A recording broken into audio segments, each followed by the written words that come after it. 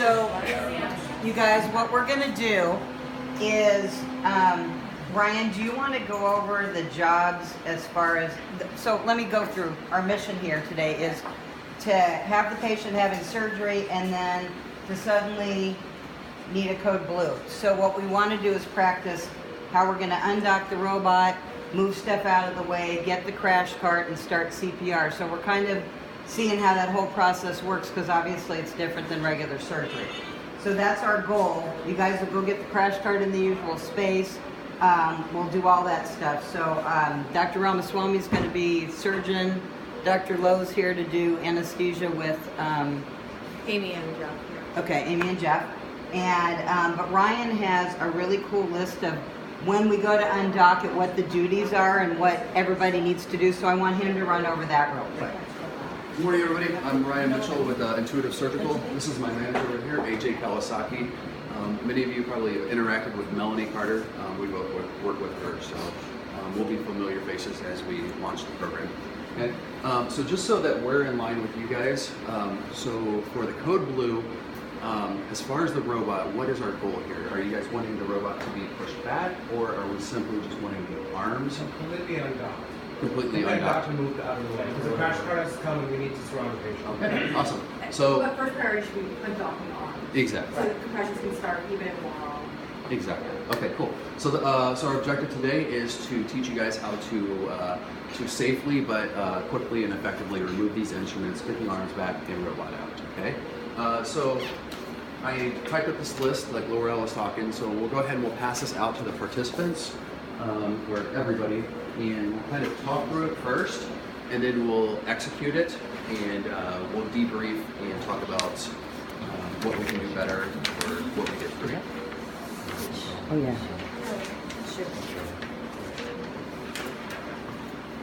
Okay, so in this situation, right, we have the robot patient side, we have the robot docked to the patient, and we have instruments inside of the patient, right?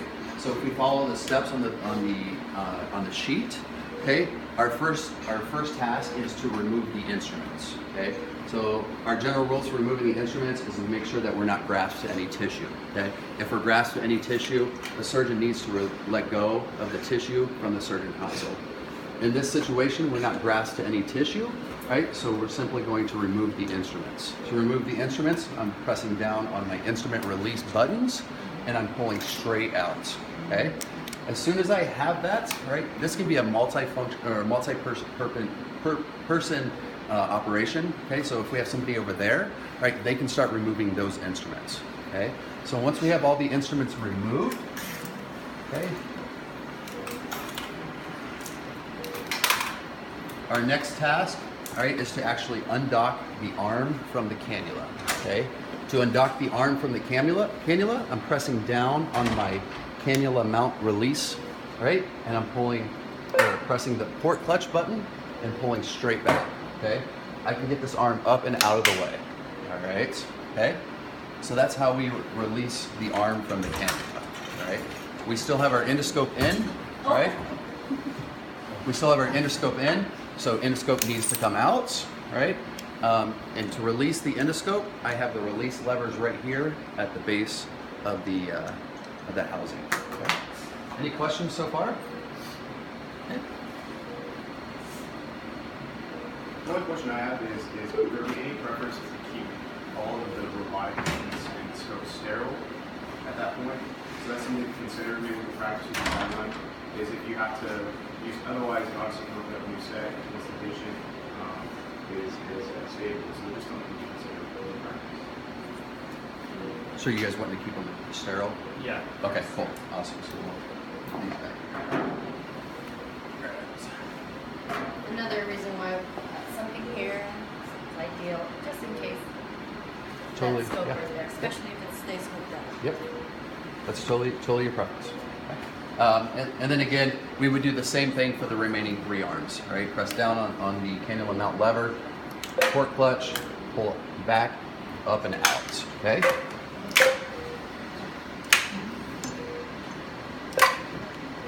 All right, so while the sterile staff is doing this, the circulating nurse or the non-sterile member, right, can be back here ready to go, okay? In this setup, right, we gotta be careful of our overheads, but we have enough room to clear the patient and come straight out, right?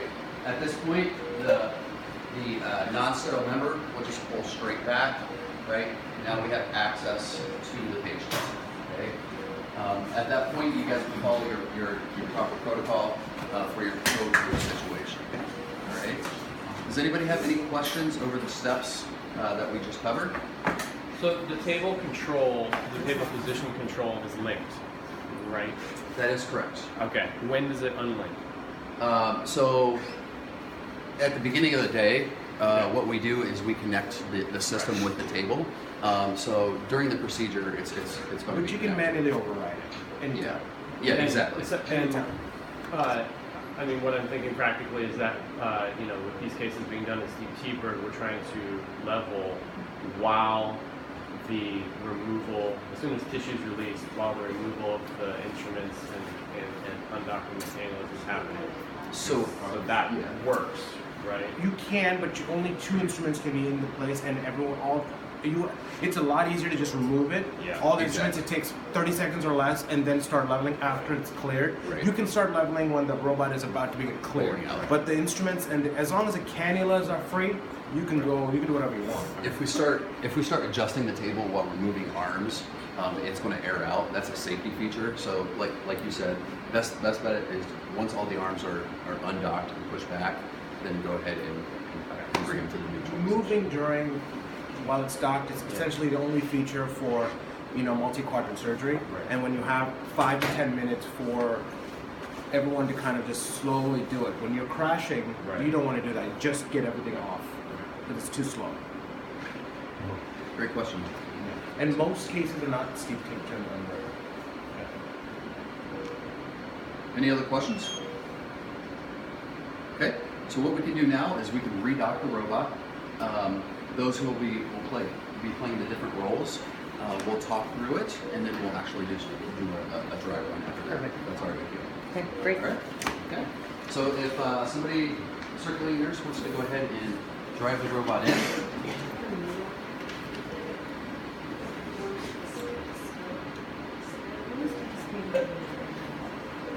All right, and what we're looking for is the crosshairs. All right, coming to the initial endoscope port within 5 centimeters. So go ahead and prepare to stop. That should be good right there. Okay.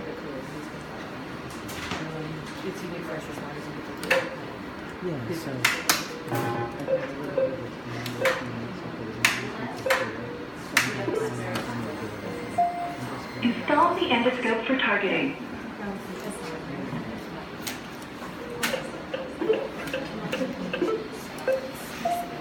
Point the scope at the target anatomy, then press and hold the targeting button.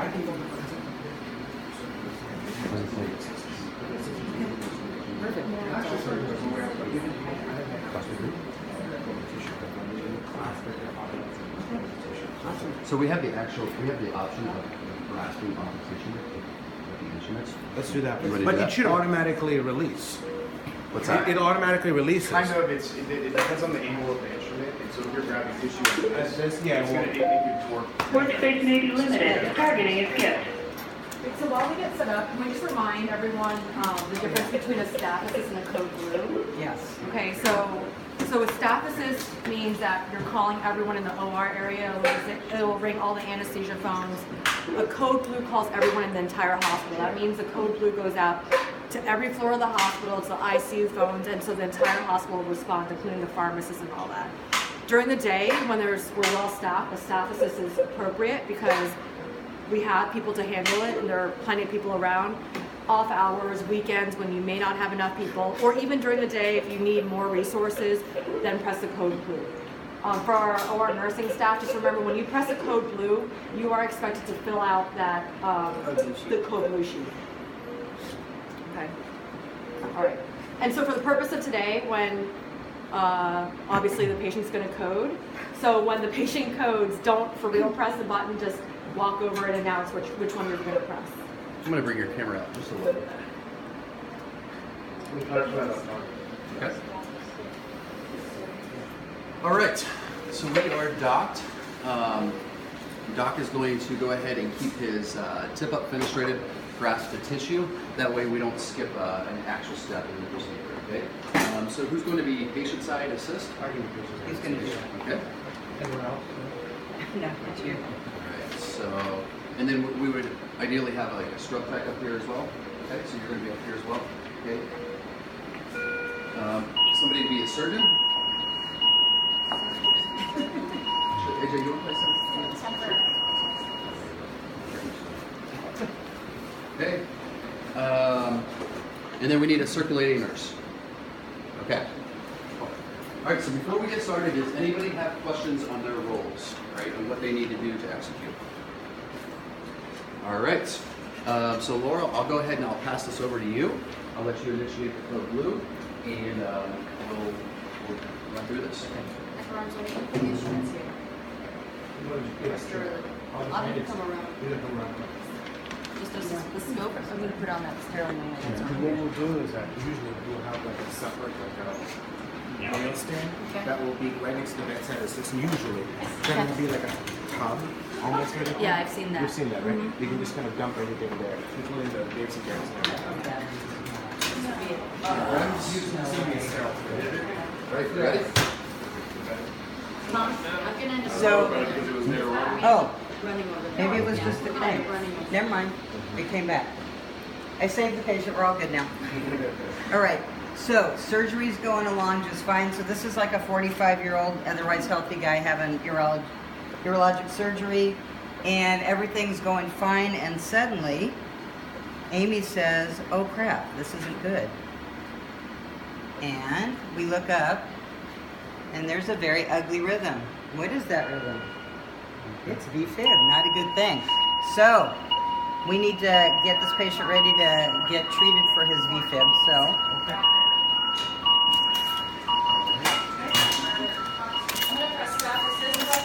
Excellent. Yep.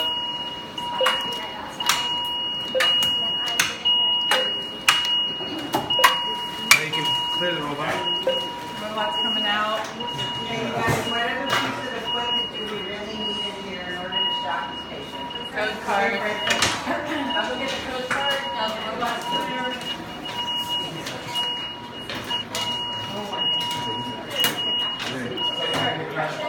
Yeah. Getting the crash cart. So, Jason, can you start the pressure? Please.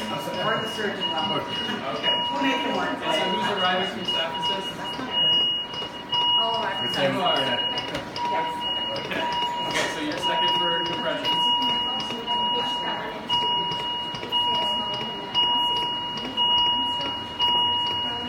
And we're waiting for crash cards and then we'll sign.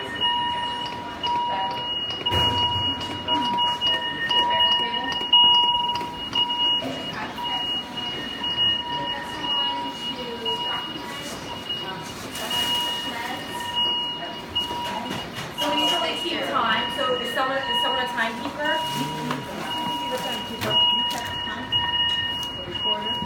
Alright, so we're 2 minutes into the code.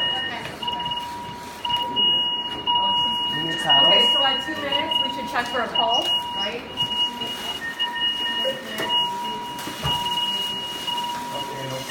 Okay, a pulse, we're continuing CPR. I'm going to administer a milligram of epinephrine, IV. Keep compressing. And then who's documenting? Okay, wait up. So, silent weather, we should do this, right? So 1 milligram of epinephrine given, 754. And Dr. Armstrong, do you need a break? You need a break? Okay, keep going. No, I want this.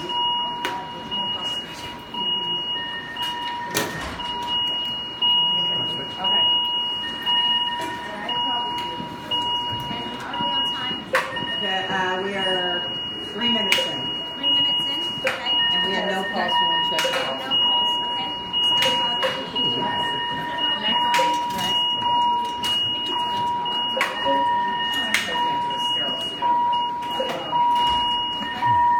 Okay, so we're connected.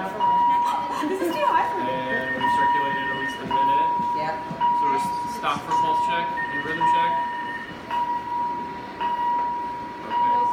defib. So let's defibrillate. Okay. Analyzing Is blood work. everyone clear? Do not touch the patient. What? Why are we? You were on AED. I know. I want AED. Oh, you did? Yeah. Oh, okay. Sorry. Oh yeah, you're right. We should compare. In this one. Do not touch the patient. Shock advised. Stay clear of Is it charging? Stay clear of patient. shots now. Fast charge. Okay, so we're charged. Everybody clear? Shock delivered. Okay, resume CPR, please. Pause. If needed, begin CPR. And then how are you break? on time?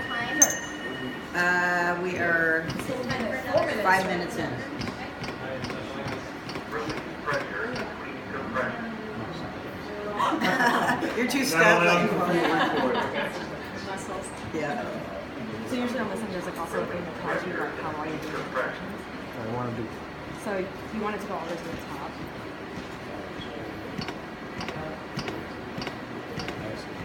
Much better.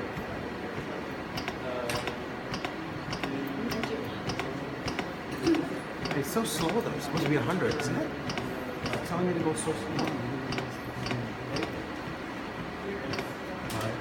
Are you singing Staying Alive? Yeah. Then Release pressure between compression. Get it right. Sorry. So quiet. Okay, What are we on time? uh, 6 6 minutes, I think. 6 minutes. We started at 7. so for the people who were here in the case, do we have any ideas on why this is going on or why this patient might have coded? 45-year-old heart attack. Hypoxia, Blame anesthesia. It's anesthesia's pump. PD, or It depends how long. It's initial insufficient, but make it think about Alright. embolizing or something. Or PD. Okay. Another dose of therapy? Yep. It's been 6 minutes? Yes. So let's get some of the rest of the OR team in here because I think typically Dr. you guys would be tired more. by now. Yeah, Dr. And you got 5 cases to go, so. Okay. So can we get someone else to please take sterile, unless you guys really need us to break out, just direct. But we'll have more help, right? Yeah. We're gonna have more than just me. So like imagine if you guys That's were. what a scrub tech will be. Okay. Right here with the sterile table, unless directed otherwise. Okay. Sure. So Yeah, he's still losing in circulation. defib, so someone needs to do compressions. Pause. If needed, begin CPR. And so we're So going to we give give it our dose second- number 2 of epinephrine. And then who would be operating the machine? Would be one of the circulating nurses. I'm sorry. Operating the defibrillator, yeah, yes. exactly, yeah. So that's we should have that. Well, actually, probably you guys. And then, so, yeah. Even though it exactly. keeps them out of your defibrillator. We're also giving amiodarone. So we'll give 300 milligrams of amiodarone IV. Okay. Compress deeper. It works. It does. Okay. Okay.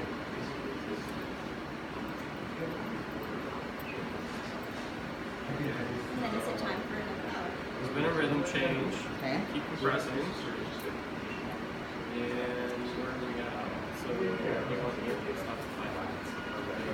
Do a rhythm and pulse check at 5 minutes. Remember, it's blue light bars are 2 minute timer. And it's all the way over here. This full is 2 minutes. I forgot about that. Since the shot? Yep. This is it in between every analysis as long as you're in AE. Tenzin, did you get the amiodarone? They gave you? Yeah. Okay. So it never forgets, it lets us forget the 2 minute pulse check and rhythm analysis. So it paces your mid doses also, right? 2 minutes is forever. I was gonna say we need to. Yeah, so you need a step? Yeah. Can someone grab a step? We're gonna stop for Yeah. Okay, Okay. so pulse check. Can someone check for a pulse? Okay, so we have a weak pulse. Okay. Pulse, okay.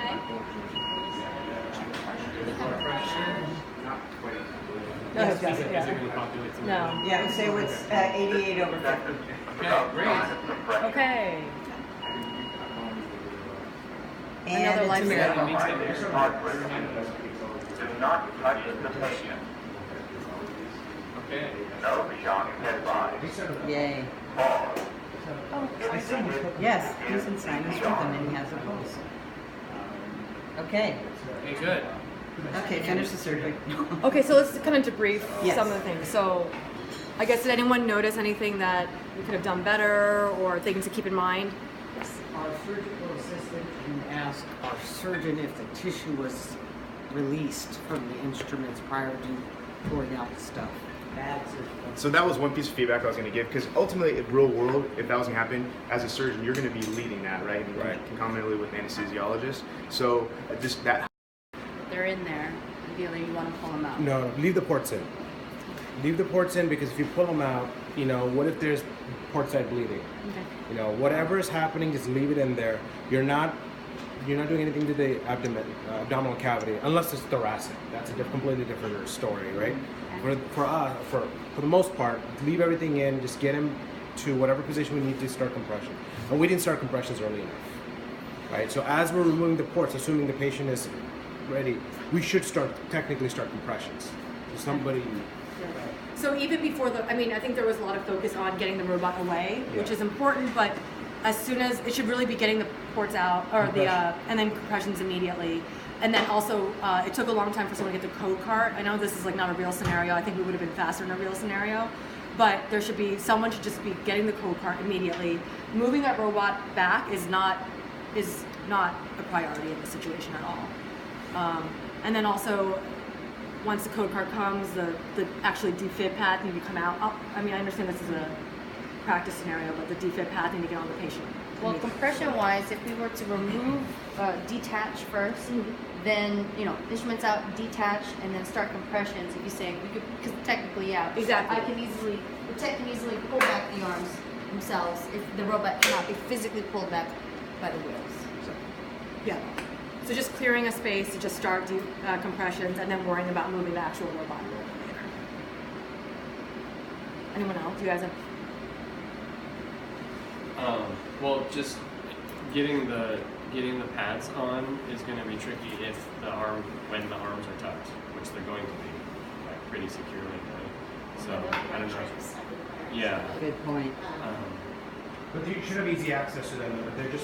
They're just tucked with the thing. And we should be able to put a arm board and get the arms out to at least get exposure to the. We should be able to do that. Oh yeah. If we have drapes up, we drop everything. Drop Push everything. it all back, expose the chest, untuck the arms, slap and slap, and then start so this area You're anyone. starting already. So I'll bag or start compressions or whoever is available to start compressions. And if you have to move that axillary pad more anterior for any reason, it still should work. Philips boasts that their waveform is so good if those pads are anywhere about the chest, it'll still produce an effective defibrillation. But if you can get it in the axillary position, that's still what's best. Right, and we're going to run into the challenge when we're in the left lateral decubitus, right, for the right flank cases, because we're going to have to essentially flip the patient a little bit, release his belt, and then adjust that way. That's going to be tricky, but other than that, it should be exposed. Everything else should be exposed. The suggestion may be if you have a case that might compromise pad placement in the event of a code, maybe just put pads on at the start of the case in the event. I don't know if that's bad juju here. That's like ask. Right. Yeah. We'll do that in high-risk cases. Right, But high-risk situations. Yeah. But you don't have high-risk patients. Right. It's called life care planning. Anybody we suspect might die, we have a high index of suspicion. We get pads on her. Anything else from you guys, Walter? As you can see, everything happens pretty quickly as far as getting the arms and everything detached. Like AJ was saying, communication. We all kind of knew what each other was doing because we ran through it, but it may not always be real life scenario, right? We may have some fresh faces or unfamiliar faces in here. So communicating in a situation like that is going to be key. Yeah, 'cause that I'm was just the one thinking thing. that the circulator is so overstressed during this code that that's why there was the delay in bringing the crash cart in. So once the instruments are secured off the field, she's got to move the arm back, and she can't move the arm back and get the crash cart. So is it feasible that the scrub tech could run out and get the crash you cart? guys already pressed the The code the assist? staff So assist you- button, so the people that from the outside should be bringing the crash cart in. Okay. I think that's what we kind of miss in Mhm. that part, that, you know, somebody should have been outside as a staff assist, so that when they hear that, Who brings it in for regular cases? it's Whoever's available. Yeah, so we should do it that way. usually Whoever's available. should do, Yeah. because This is just if we're one on additional the step where, outside you know, and you hear, right, you we're know, staff undocumented. assist, then you We can automatically do that see as a the crash bedside. carts there, and then you roll it. Circulator. Because if they look on camera and see us doing CPR, they'll know. Yeah, and then they will usually, but usually somebody from the outside gets the crash cart, and then, or Yeah. but there was always somebody trying to get the crash cart first to get into the room. Other than the circulating nurse. Yeah, because circulating nurse, you know, is Right. already too busy doing other stuff. But Right. that's why you press the staff assist, and that's your ancillary help to come Okay. in. So, and since they're coming from the outside, the crash cart's already in there, and then, you know, if it's still there, you can just roll it in the room. So that makes it a little bit faster that way. And the one thing that was tricky, I mean, I noticed this morning when I was trying to bring the crash cart in to check it all, you got the cords and you got to lift them way up and over the thing. So And, I believe when we set this up, this actually will be plugged in back here. oh, great, okay. Because there was 3 cords at first, and then Ryan moved a couple of them. Mm-hmm. Then it was much easier. But that took time. Yeah, that's just a power cord. Yeah. If there's an outlet over there, we'd recommend. Yeah, it's either there or When we set it up, Yeah. one day when we came in, Yeah. we tried to avoid cords through the, so Yeah. we were had Where's plugged the in back there. Yeah. Uh, Unfortunately, we where's- ideally wanted it there, but it can't be living there, so it will be living right here. Right, so Up against this wall. So you could always just, when we park it over there at the end of the day, just unplug it, replug it back in over That's here. what I figured. Yeah, it would be a fixed time. Is it that one or the vision card that needs a standalone plug? So the patient card needs to be plugged in 24/7. So this is a recap of all the roles. So like, let's say anesthesia notices like a refusable rhythm, no pulse. So I'll call the CPR. Circulator will hit the staff assist button, and then scrub will be detaching everything, and then the surgeon will be at the control station, not sterile, correct? Sure. So then. Bedside But then there's an assistant. Start. Pump Okay. can Help also with come in. CPR. So we'll have 2 people at that side. Compressions. Okay. And then whoever's coming in for staff assist will bring the code card in, and then ideally that would have enough staff to timer or document or that give. Okay. We should make sure the cords aren't all. That's what I just ready to go. I Yeah. wanted to mention that. Yeah. So take this little fact to heart. When a patient's in a shockable rhythm, you know, once they go into arrest and they're in a shockable rhythm, the people who we shock within 1 minute, we send 9 out of 10 of them back home. We get return of pulses. When it takes us 2 minutes to shock, we send 8 out of 10 of those people back home. When it takes 3 minutes for us to shock, 7 out of 10 of everybody in that category goes back home. So every minute that goes by, obviously, you know, we're losing a chance of survival. And one of the issues we're seeing everywhere in the hospital are the cords being tangled, and we saw that here today. Yeah. Once the crash cart arrives and the defibrillator is here, it's still taking us like 2 or 3 minutes to shock beyond that point in time because of tangled cords.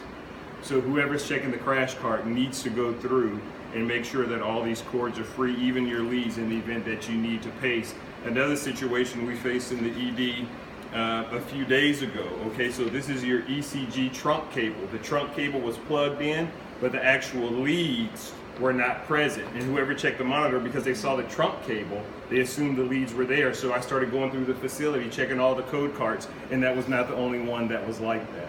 So like, it's a major problem. Like half the code cards were not even ready to go.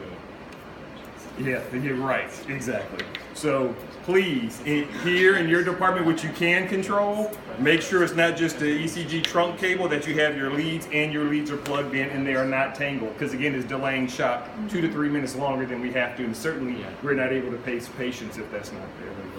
Do we have to use a paddles or do we have pads for this? So to defibrillate, you can defibrillate through the pads. Okay. But if you have to pace, you need the pads and these leads have to be on. Or there's a fail-safe in here. You cannot pace without the electrodes from the Philips defibrillator being on the patient. Well, our So patient- even though you already have monitoring, you still have to connect these. And our patients actually all have those Right. leads, so it's, Oh, so you can just pull, you can just unplug from Yeah, there. that's, and plug it everybody's in. got those in there. Yeah, I mean, we should have actually put the pads on, and I didn't think about that, so we should have simulated that.